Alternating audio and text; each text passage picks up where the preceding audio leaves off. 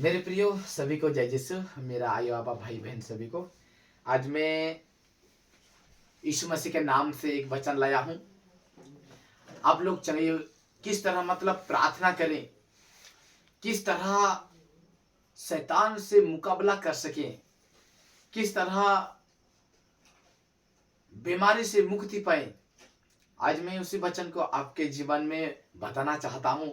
आज ईश्वर ने आज ये समय हमें दिया, इसलिए परमेश्वर को धन्यवाद। तो आज हम वचन की तरफ जाएंगे। हाँ, तो यहाँ देख सकते हैं संत लूकास का 11 का 1 वचन से लेके 4 वचन जाएंगे। तो 12 चेले थे यीशु मसीह का, और 12 चेले ने जब यीशु मसीह से कहा कि हे प्रभु, हमें प्रार्थना करना सिखा दीजिए ना, जिस तरह यूहन्ना ने भी अपने शिष्यों को सिखाया था। यही सवाल यीशु मसीह को अपने चेलों लोग कहा था। तो ध्यान से सुनेंगे। देखो संत लूकास का 11 के 1 वचन से लेके 4 वचन पढ़ेंगे। एक दिन यीशु मसीह किसी स्थान पर प्रार्थना कर रहे थे। प्रार्थना समाप्त होने पर उनके एक शिष्यों ने यीशु मसीह से कहा, प्रभु हमें प्रार्थना करना सिखा दीजिए ना, जैसे यूहन्ना ने भी अपने शिष्यों को सिखाया था। यही सवाल, प्रार्थना करना सिखा दीजिए। यीशु मसीह ने उनसे कहा, क्या कहा प्रियो, देखिए ध्यान से सुनेंगे। यीशु मसीह ने उनसे कहा, इस तरह प्रार्थना किया करो बेटा, पिता तेरे नाम पवित्र माना जाए, तेरा राज आवे। पिता तेरे नाम पवित्र माना जाए, तेरा राज आवे। हमें प्रतिदिन का हमारा दैनिक आहार हमें दिया कर, हमारे पाप हमें क्षमा कर, क्योंकि हम भी अपना अपराधियों को क्षमा करते हैं, और हमें परीक्षा में ना डाल, परंतु बुराई से बचा। यहां पर देख सकते हैं प्रियो, अगर हम पिता तेरे नाम पवित्र माना जाए, तेरा राज जाए, तेरी इच्छा जैसे स्वर्ग में वैसे ही पृथ्वी पर प्रयोग, हमारे प्रतिदिन का आहार आज हमें दी, और हमारे अपराध में क्षमा कर, जैसे हम भी अपना अपराधों को क्षमा करते हैं, और हमें परीक्षा में ना डाल, परंतु बुराई से बचा। अगर हम प्रार्थना करेंगे इस तरह, सभी लोग को मालूम है ये प्रार्थना, लेकिन प्रियो अपने अपराधियों को क्षमा नहीं करेंगे ना, तो ये प्रार्थना उस पर लागू नहीं होगा, काम नहीं करेगा। पहले अपने मन को स्थिर करना है, पाप से तृप्त हो जा, मतलब पाप दोबारा आश्रय नहीं करूंगा, हम कोई शराब नहीं पीऊंगा, हम किसी से झगड़ा नहीं करूंगा, इस संसार में सभी तो मेरे भाई बहन है, हम अब्राहम का संतान है। अगर किसी का मन में ऐसा है, उसी के लिए हे हमारे पिता तुझे स्वर्ग में तेरा नाम पवित्र माना जाए। ये प्रार्थना द्वारा प्रियो सच में बड़े बड़े शैतान निकल जाते हैं, बड़े बड़े बीमार छुटकारा हो जाता है। सभी का शरीर में शैतान, किसी का शरीर में कमर का दर्द का रूप से घुस गया है, किसी का लिवर का प्रॉब्लम घुस गया है, पाप का कारण से ही होता है। किंतु हम जब हे हमारे पिता तुझे स्वर्ग में तेरा नाम पवित्र माना जाए, तेरा राज जावे, जब ये प्रार्थना करते हैं ना, तो शैतान बाहर निकल के भागता है। तो प्रियो, ये प्रार्थना सीखने के बाद यीशु मसीह ने किस तरह अपने शिष्यों को अभिषेक दिया। जब किसी में अन्य भाषा का प्रार्थना आता है तो अभिषेक दिया जाता है, परमेश्वर उसे अभिषेक देते हैं। अब देखेंगे संत लूकास का 9 का 1 वचन से लेके 6वां वचन जरा देखेंगे प्रियो। यहां पर लिखा है प्रियो, देख सकते हैं कि 12 चेलों को 12 चेलों को शक्ति दिया प्रभु ने। देखो किस तरह यीशु मसीह ने 12 चेलों को बुलाकर उन्हें सब अवधूत पर समर्थ तथा अधिकार दिया, और रोगों को दूर करने की शक्ति प्रदान की। यीशु मसीह ने अपने 12 चेलों को बुलाया और कहा कि मैंने तुझे शक्ति दूंगा, तुम लोग को अभिषेक दूंगा, शैतान को तुम लोग को मुकाबला करोगे।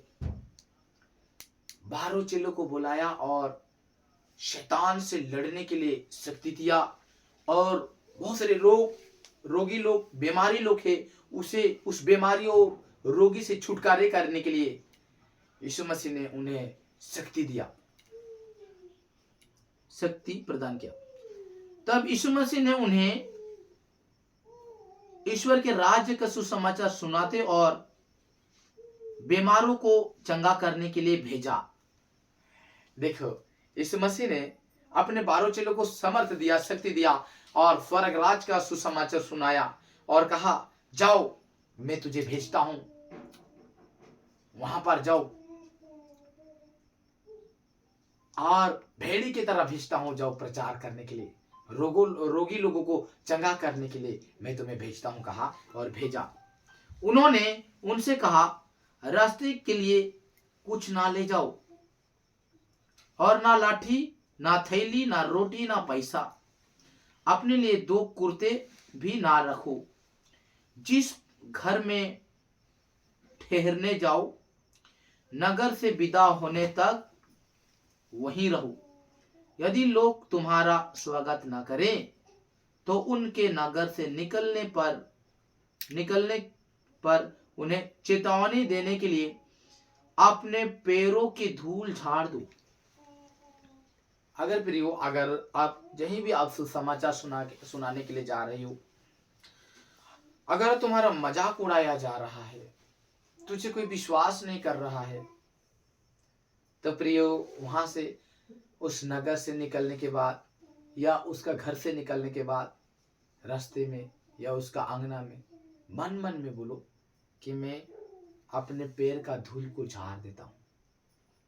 मतलब हम आपका सारा बीमार को मैंने यीशु मसीह के नाम से, जो दुष्ट आत्मा को मैंने धमकाया था उसे मैंने रौंदा था, इसी पैर में झाड़ देता हूं बोल के बोलना है और सोचना है।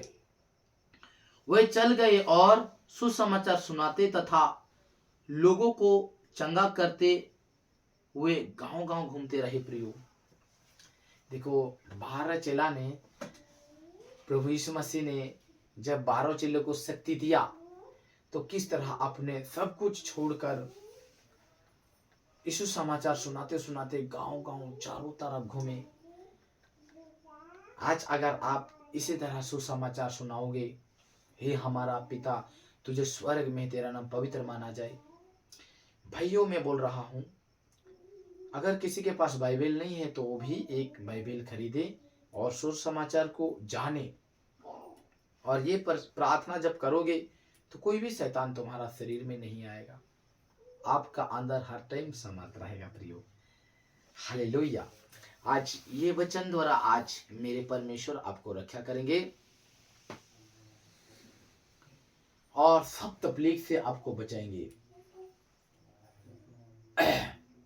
अब ईश्वर सारे तकलीफ और बंधन से बचाएंगे।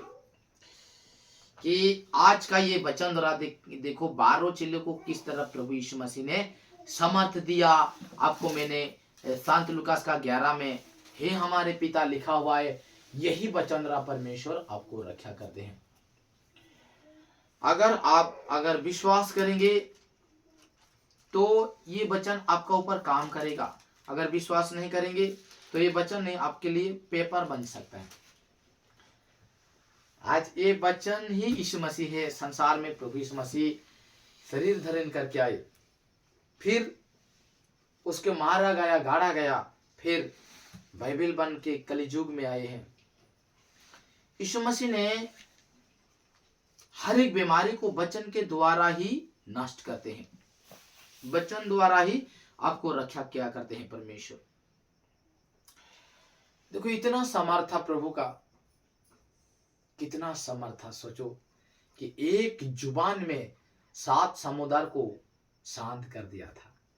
आज का इस समय में कोई भी किसी का पावर नहीं है कि शांत हो जा समुद्र का लाड़ी। देखो शांत लूकास का 8 का 22 वचन से लेकर हमें वचन पढ़ेंगे 25।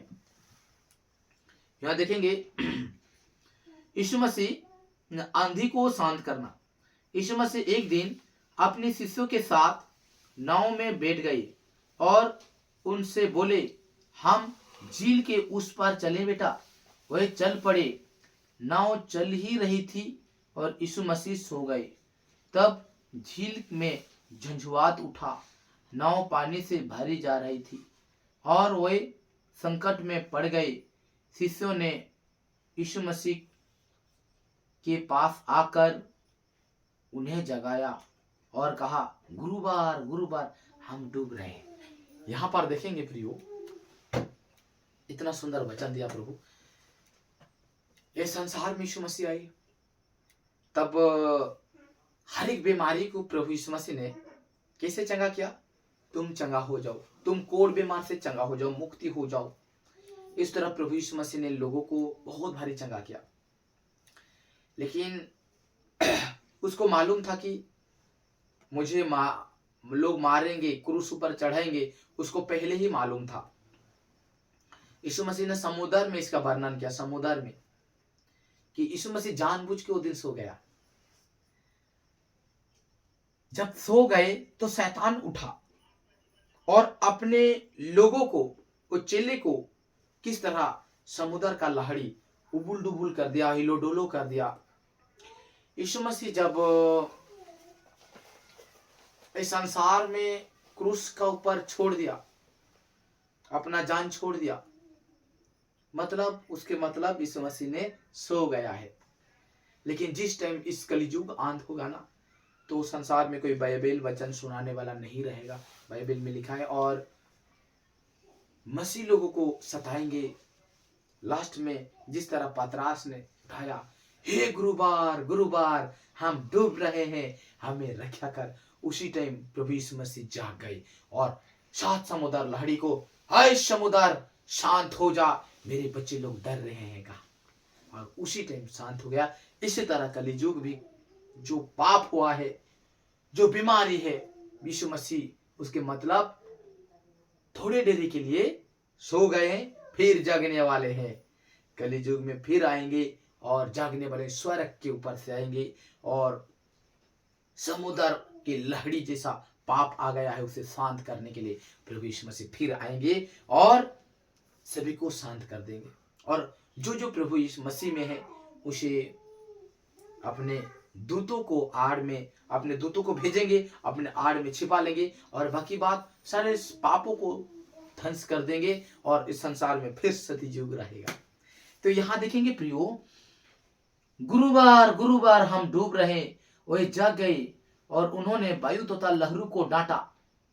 मतलब इसी तरह यीशु मसीह ने समुद्र में पहले ही वर्णन किया कि शैतान को डांटेंगे, पापों को डांटेंगे।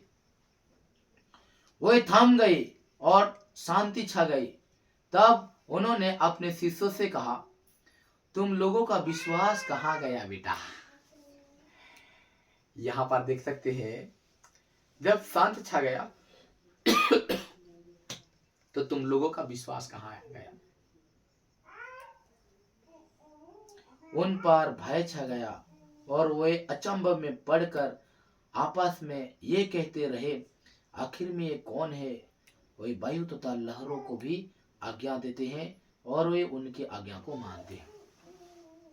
यीशु मसीह ने उसी तरह जब संसार में पाप छा जाएगा, लहरी आ जाएगा, बहुत सारे मार धार हो जाएंगे, धर्मों पर धर्म युद्ध होगा, उस टाइम परमेश्वर आएंगे। ऐसे समय आएंगे जो हर भरपूर पाप होता होगा, भरपूर लड़ाई होता होगा, किसी को मालूम नहीं रहेगा। उसी टाइम प्रभु यीशु मसीह ये लहड़ी को शांत करना आएंगे, शांत कर देंगे और अपने शिष्यों को अपने हाथों में संभलाएंगे। प्रियो, तो आज जो भी मसीह में, यीशु मसीह में है, उसे मैं कह रहा हूं प्रियो कि आप अगर आप कितने लोगों को सुसमाचार सुनाना चाहते हैं, उन लोगों को सुसमाचार सुनाइए, मन को फिराइए और ईश्वर का राज्य में प्रवेश करिए। आज यीशु मसीह आंधी और तूफान को जिस तरह उसने शांत किया था, इसी तरह आपका जिंदगी में जितना भी प्रॉब्लम है उसे हटा देंगे मेरे परमेश्वर, और 2024 में आप लोग का नया जिंदगी आएगा। देखो प्रियो, ये ईश्वर के पास सब संभव है। जब ईश्वर आएंगे तो इसी तरह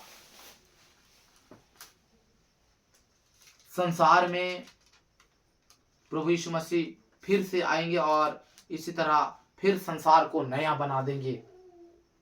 नूह को पहले ही बताया था प्रभु ने और कहा था कि 40 दिन बारिश आएगा, एक डोंगा तैयार कर। प्रभु यीशु मसीह ने उसे पहले ही बताया था। आज प्रियो, आज थोड़े देर एक हम सुंदरगढ़ में हम प्रार्थना कर रहे थे कि एक वहां का एक कमेटी लोग आए और कहा कि सुंदरगढ़ में एक महासभा प्रार्थना आयोजित किया जाए, हम आपको इनवाइट कर रहे हैं। जिस तरह राउरकेला डॉन बॉस्को में हुआ था, वेदव्यास में चमत्कार हुआ था, एक दिवसीय यहाँ भी हो जाए बोल के वो लोग कहा। मैंने कहा हाँ भैया, अगर आपका मन में ये चल रहा है तो हो जाए एक प्रोग्राम, और ये होगा ऐसा 2024 जनवरी 20 तारीख को 8 बजे से लेकर 4 बजे तक सुबह को होगा। सुबह 8 बजे से लेकर 4 बजे तक प्रोग्राम होगा। आप लोग देखे होंगे किस तरह मेरे द्वारा प्रभु यीशु मसीह ने लोगों को चंगाई किया, इसी तरह आप लोग को भी प्रभु यीशु मसीह चंगाई करेंगे। तो प्रियो, ज्यादा वचन तो नहीं सुनेंगे क्योंकि इतने ही आज के लिए। और आपको बहुत भारी आज मेरे परमेश्वर आशीष देंगे ये वचन द्वारा कि प्रार्थना करना। आज पहली बार मैंने आपको वचन बता रहा हूँ कि प्रार्थना करना सिखा दीजिए ना। यही वचन द्वारा आपको मेरे परमेश्वर, आप प्रार्थना सीखिए और प्रार्थना करना सीखिए। और 12 चेले को जिस तरह प्रभु यीशु मसीह ने समर्थ दिया, इसी तरह आपको भी समर्थ देगा मेरे परमेश्वर। और सुनिए प्रियो कि जो कोई भी ये महासभा में आएंगे, सुंदरगढ़, उड़ीसा सुंदरगढ़ डिस्ट्रिक्ट है। उड़ीसा में एक सुंदरगढ़ नाम का एक डिस्ट्रिक्ट है, सुंदरगढ़। वहाँ सुंदरगढ़ डिस्ट्रिक्ट का एक नया बस स्टैंड है। बस स्टैंड से थोड़ा सा आगे जस्ट आधा किलोमीटर होगा, वहां से एक पनसपड़ा नाम का है। वहां से एक जनवरी 20 तारीख को एक महासभा जिसु मरियम जोसेफ के नाम से रोजरी वाला प्रेयर होने वाला है। तो जो भी आएंगे विश्वास करेंगे आपको मेरे परमेश्वर चंगा करेंगे। तो प्रियो, सो आज ये वचन द्वारा आपको बहुत भारी आशीष देंगे मेरे प्रभु। जो भी ये वीडियो देख रहे हैं, लास्ट में जो जरूर लाइक मारना है और लास्ट में आमीन लिखना है और सब्सक्राइब करना है, और लोगों को ये वचन को और 5 लोगों को फैलाना है, और उन लोगों को कह देना है कि तुम भी और 5 लोगों को फैला दीजिए। बहुत सारे घर में रोगी हैं, बीमारी हैं, जितना भी दवा कर रहे हैं, हॉस्पिटल जा रहे हैं, कुछ बंधन के कारण से वो दवा काम नहीं कर रहा है। अगर वचन सुनेंगे वही दवा काम करेगा। आपका हॉस्पिटल में आप सक्सेसफुल होके आएंगे।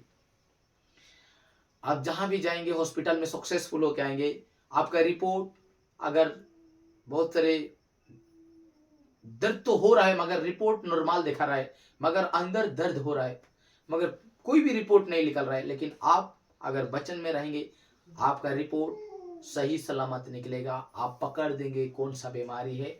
प्रार्थना में रहेंगे, हॉस्पिटल जाएंगे, आपका सारी दवा काम करेगा, और एक एक तो प्रार्थना में ही चंगा हो जाएंगे। जो फूल भरोसा है परमेश्वर आज मुझे चंगा करेगा, उससे कोई हॉस्पिटल नहीं लगेगा भैया, वो ऐसे ही वचन के ओर से ही वो चंगा हो जाएंगे। तो आज हम जो भी वचन कहे हैं, आज ये वचन द्वारा आपको रक्षा करेंगे प्रभु। और जरूर सब्सक्राइब करना है मेरे वीडियो को। आपको 2024 में मेरे परमेश्वर सब्सक्राइब करेंगे और सरकारी जॉब में चमकाएंगे सब्सक्राइब करके। आपको गरीब होने नहीं देंगे, आपको सब्सक्राइब करके अमीर उठाएंगे मेरे परमेश्वर, ऊपर उठाएंगे। पीछे होना आपको आगे कर देंगे मेरे प्रभु। आप बहुत आगे बढ़ेंगे। सभी के बच्चे पढ़ने लिखने में तेज हो जाएंगे। पढ़ने लिखने के लिए मेरे परमेश्वर आपको सब्सक्राइब करेगा। इस चैनल को सब्सक्राइब कीजिए और आपको भी मेरे परमेश्वर बहुत ज्यादा सब्सक्राइब करेगा। और ध्यान रखें प्रियो कि पापों से दूर रहिए और सत्य में चलिए, किसी को क्रोध ना करो और वचन में साथ रहिए और माता मरियम के साथ रहिए। बहुत सारे लोग कमेंट में किए थे कि ये मूर्ति किस लिए रखा गया है। प्रियो, आपको हम बताना चाहते हैं, ये किसी का मूर्ति नहीं है, प्रभु यीशु मसीह का रूप का मूर्ति है। और इसे मैं इसलिए रखा हूं कि प्रियो, छोटे छोटे बच्चा भी समझ जाएंगे कि यीशु मसीह को इस तरह मारे थे। लेकिन परंतु आत्मिक में इसे सोचना है। आत्मिक में कोई मूर्ति में भगवान यीशु मसीह नहीं रहते हैं, ईश्वर नहीं रहते हैं, कोई मूर्ति उर्ति में ईश्वर नहीं रहते हैं। इसे तोड़ेंगे टूट जाएगा, टूटेंगे टूट जाएगा, मगर आत्मिक में इसे याद करना है। पिता ये लोग जानते नहीं कि लोग क्या करें, क्षमा कर दे कहता है। यही क्रूस को आंख लूम के जिंदा जिंदा आप याद करते हो ना, सच्चा मन से याद करते हो ना, उसी टाइम परमेश्वर आपको आशीष करता है। अगर हम इसको नहीं देखेंगे तो छोटे बच्चे लोग नहीं समझ पाएंगे। बहुत सारे लोग कमेंट करते कि इसे किस ले रखा गया। भैया मैंने किसी महात्मा गांधी का मूर्ति को नहीं पकड़े हैं, मैंने प्रभु यीशु मसीह का मूर्ति को पकड़ा हूं, क्योंकि आपका मन ना भटके, आपका मन ना भटके कि प्रभु यीशु मसीह का मूर्ति इस तरह था, इस तरह मार दिए थे, इसे लोग देखें और जान पहचाने। जो मसीह में वो लोग तो जानते हैं, लेकिन जो मसीह में नहीं है, उड़ाव पुत्र जैसे जो हिंदुओं में, बहुत सारे अन्य जाति में वो लोग नहीं जानते, उन लोगों को दिखाना पड़ता है, इसलिए इसे रखा गया है। उन लोगों को तारीफ करना चाहिए 12 चली को, जो इस तरह बनाए थे हम लोग के लिए। तो इस तरह प्रभु यीशु मसीह का रूप था। महात्मा गांधी का रूप को पैसे में लोग बनाए हैं, जिसने देखा था उसी ने महात्मा गांधी का रूप को बनाया। पहले तो कोई कैमरा वैमरा नहीं था, लेकिन मूर्ति बनाई थी। आज यीशु मसीह ने यीशु मसीह का रूप को जो चेला लोग 12 चेला लोग थे वही लोग ने तैयारी किया है इसे। देखो बहुत सारे बाइबल में लिखा हुआ नहीं है, पूरा वचन नहीं पाओगे। प्रभु यीशु मसीह 30 साल के बाद कहाँ थे वो कहाँ पर लिखा हुआ नहीं है। जोहान के पास बपतिस्मा लेने के लिए आया, वही लिखा हुआ है। इसी तरह बहुत सारे कुछ लिखा हुआ नहीं है, लेकिन 12 चेले लोग इसे बना के दिखाए और यीशु मसीह ने इस तरह हम लोग के लिए जान दिया है। मैंने बता रहा हूं प्रियो कि प्रभु यीशु मसीह ने किस तरह हमारा पापों का बोझ को ये क्रूस में उठाया। आज हम बताना चाहते हैं, परमेश्वर ने हमें बताया है। 2 व्यक्ति थे, एक व्यक्ति बड़ा भाई और छोटा बेटा, उन लोगों का माँ बाप मर चुके थे, किंतु एक बड़ा भाई प्रभु का भाई मानने वाला एक दास था, और एक छोटा भाई पॉकेट में चाकू पकड़ के घूम रहा था और कॉलर को खोल के घूम रहा था। लेकिन प्रियो यीशु मसीह ने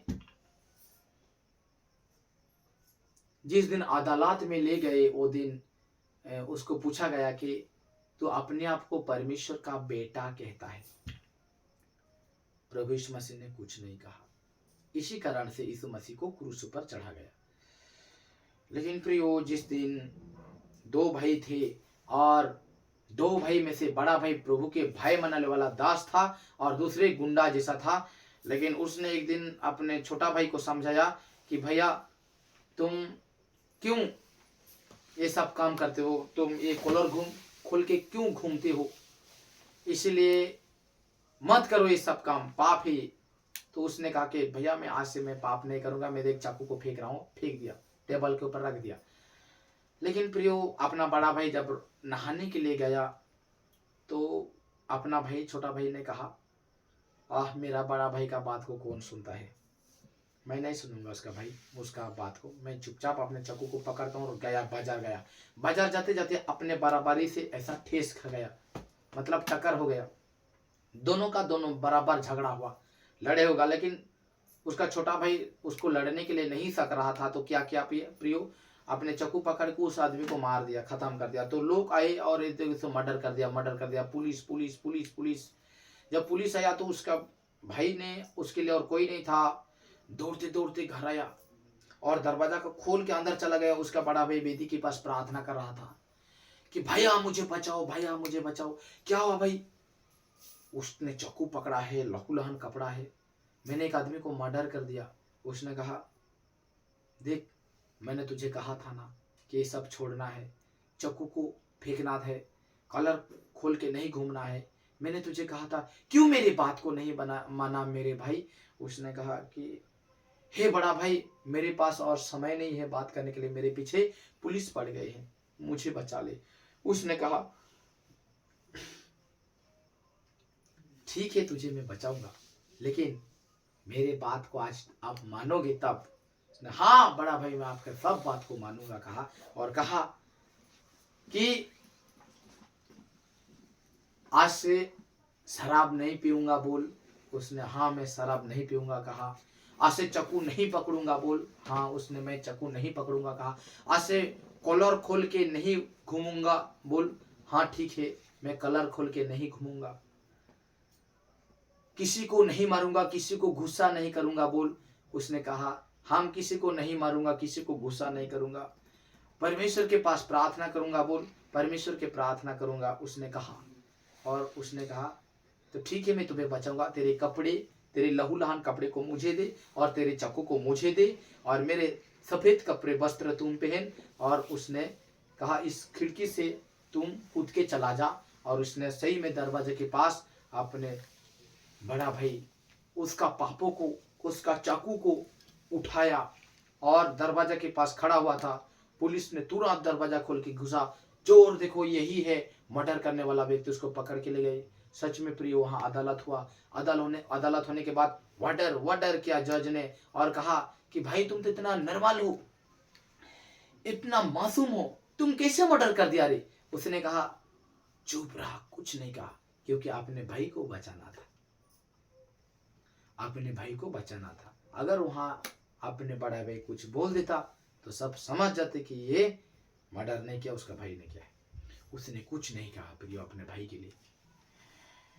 यीशु मसीह को भी इसी तरह पूछा गया, आप अपने आप को परमेश्वर का बेटा कहता है। यीशु मसीह ने ओरे मेरे बच्चे लोग, मैंने मरे हुए लोगों को ईश्वर के नाम से चंगा किया, आप लोग को कोढ़ बीमार से मुक्ति किया, अंधों को आंख दिया, गूंगों को बोलने के लिए आदेश दिया, मुंह दिया।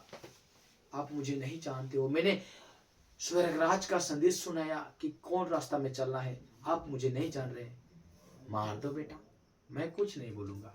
इसीलिए प्रभु यीशु मसीह ने कुछ नहीं किया। प्रियो यहाँ पर एक सवाल उठता है, अगर यीशु मसीह चाहता तो अपने आप को बचा सकता था। कैसे? उसने देखा सकता था मैं परमेश्वर का बेटा हूं, इसीलिए तो मैंने मरे हुए लोगों को चंगा किया है। नईन नगर का जवान छोड़ा को, जवान व्यक्ति को मैंने चंगा किया है। जाके चल, राजा वहां पूछ लेना है। गूंगा को बोलने के लिए शक्ति दिया, लंगड़ों को चलने के लिए 38 साल का बीमारी को चंगा किया है। परमेश्वर का बेटा हूं इसीलिए मैं सब किया। ये बोल के उसने अपने आप को बचा सकता था, लेकिन यीशु मसीह ने उसने उस दिन कहा कि मार दो बेटा, मुझे आप लोग नहीं जान पा रहे हो, मुझे नहीं पहचान पा रहे हो, मार दीजिए कहा। और उसने अपने आप को क्रूस का हवाले कर दिया, अपने पापों को ये क्रूस में उठाया। जिस तरह उसका बड़ा भाई ने उसका भाई का पापों और बोझ को, उसका कपड़े को, चक्कू को पकड़ा और उठाया और वार्डर कहा इसको फांसी का ऑर्डर दे दीजिए। उसको फांसी का ऑर्डर मिल गया। जिस टाइम उसने जा रहा था तो पीछे पलट के देखा, उसका भाई भी अदालत आया था वहां कि देख भाई, मन में सोचा तेरे लिए मैं आज बलिदान हो रहा हूं, दोबारा पाप मत करना भैया। फिर दूर जाके फिर से देखा अपना भाई को। उसी टाइम अपने भाई ने रोया, ओरे मेरा बड़ा भाई इतना अच्छा, मेरे बड़ा भाई प्रार्थना करता है, लेकिन मेरे खातिर उसने अपने आप को हवाला कर दिया। मैं आज से दोबारा पाप नहीं करूंगा, दोबारा हड़िया नहीं पीऊंगा, दोबारा चाकू नहीं पकड़ूंगा। उसने मन को फिरा दिया प्रियो। इसी तरह प्रभु यीशु मसीह ने हमारा पापों और बोझ को यही क्रूस में उठाया। प्रियो, आज वचन इसी प्रभु यीशु मसीह ने हमें ही हमारे पिता ने सिखाया और यही वचन द्वारा हमें आजाद किया है। हे हमारे पिता जब करते हो तो यीशु मसीह हमें रक्षा करता है। देखो परमेश्वर ने बच्चों को आशीष देखो, संत लूकास का 18 का 15 वचन से लेके 17 वचन तक जाएंगे। बच्चों को आशीष, लोग यीशु मसीह के पास बच्चों को भी लाते थे जिससे वे उन पर हाथ रख दे। शिष्य ये देखकर लोगों को डांटते थे, किंतु यीशु मसीह ने बच्चों को अपने पास बुलाया और कहा, बच्चों को मेरे पास आने दो, उन्हें मत रोको, क्योंकि ईश्वर का राज्य उन जैसे लोगों का है। मैं तुमसे ये कहता हूं, जो छोटे बालक की तरह ईश्वर का राज्य ग्रहण नहीं करता, वो उसमें प्रवेश नहीं करेगा। परमेश्वर ने कहा है, बालकों के समान मेरे पास आओ, बालकों के समान मेरे पास आओ। प्रियो, आज हम कहते हैं एक बालक नहीं डरता, उसको जितने ऊपर उठाओगे फेंकोगे उतना हंसेगा, लेकिन एक बड़ा व्यक्ति को यहाँ सुलाओगे और चारों हाथ पे ऊपर उठा के फेंकोगे तो कैसे डरेगा प्रियो? ए भैया मुझे मत मारो, मत फेंको, मैं डर रहा हूं बोल के चिल्ला के उठेगा। यही बात है कि परमेश्वर के पास बालकों के समान मेरे पास आओ। डर, एक डर के कारण जो जंगल 40 दिन में पार करने वाला था इसराइल, वो 40 साल लगा दिया। मत डरो, मैं तेरा साथ हूं, बोलते हैं प्रभु। आज मेरे प्रभु ने आपको बालकों के समान मेरे पास आओ कहा है। तो आज प्रियो, आज मैं सभी के लिए प्रार्थना करता हूँ, सारे जगत का, सारे मनुष्यों के लिए मैं प्रार्थना करता हूँ, सारे जगत का, सृष्टि का जितना भी देश विदेश में जितने भी है, सभी के लिए आज मैं प्रार्थना करता हूँ कि उन लोगों को चंगा हो जाए। चाहे कोई बेड में है, कोई तकलीफ में है, कोई गूंगे में है, कोई बहुत सारे प्रॉब्लम है, कोई बहरे में है, उन लोगों के लिए मैं प्रार्थना करता हूं कि उन लोग आज चंगा हो जाए। जो निसंतान में उसका वंश बढ़ जाए, आज मैं प्रार्थना करता हूं। जो बहुत सारे पढ़े लिखे हैं, उन लोग बहुत सारे इंटरव्यू दिए लेकिन उन लोग को जॉब नहीं मिल रहा है, बार बार कटिंग हो रहा है, आज मैं उन लोगों के लिए प्रार्थना करता हूं। पिता परमेश्वर उन्हें जॉब दे, उन्हें परमेश्वर आगे बढ़ा, गरीब नहीं अमीर बना दे। 2024 में अच्छी शुरुआत कर परमेश्वर, इन लोगों को रक्षा कर और सारी मुसीबत और बंधन से बचा। मैं प्रार्थना कर रहा हूं प्रभु, जो अंधे लंगड़े बहरे ठूठे पगलपन है, एक अंगवाबाद बात बीमार, शिकली बीमार, बवासीर बीमार, कोड़ बीमार, मिर्गी बीमार, पैरालिसिस बीमार है, शाइन घाव, बान घाव, लीवर में प्रॉब्लम, किडनी में प्रॉब्लम, शरीर में प्रॉब्लम, हार्ट में प्रॉब्लम, माइंड में ट्यूमर है या पेट में ट्यूमर है, अनेक प्रॉब्लम, बहुत सारे प्रॉब्लम है परमेश्वर, सारे प्रॉब्लम को दूर कर दे परमेश्वर, सभी को चंगा कर दे। मैं सभी का बीमार को धमक देता हूं, सभी का बीमार बाहर निकल जाए, सभी का शरीर से, सभी मनुष्य का शरीर से बाहर निकल जाए। मैं परमेश्वर का दास हूं, इसलिए मैं धमक देता हूं, बाहर निकल जा। पवित्र आत्मा ने छू के चंगा कर दे, सभी को चंगा वाला कर दे और 2024 में सभी का ड्रीम सर ख्वाहिश को पूरा कर दे परमेश्वर, और हर एक प्रकार बीमारी से बचा। जिसका संतान नहीं उसके संतान दे, उसका वंश को बढ़ा प्रभु। और परमेश्वर जो बहुत सारे सालों साल से बीमारी है उसके चंगा कर, जन्म से रोगी है बीमारी, उन लोगों को चंगा कर दे परमेश्वर। आज ये वचन द्वारा परमेश्वर यीशु के नाम से इस वचन द्वारा सभी का बीमार दूर हो जाए। पवित्र आत्मा उन्हें नया जीवन दे, चंगा भला कर दे और सारे मनुष्य को दूर कर और हर एक मुसीबत और बंधन बीमार से बचा।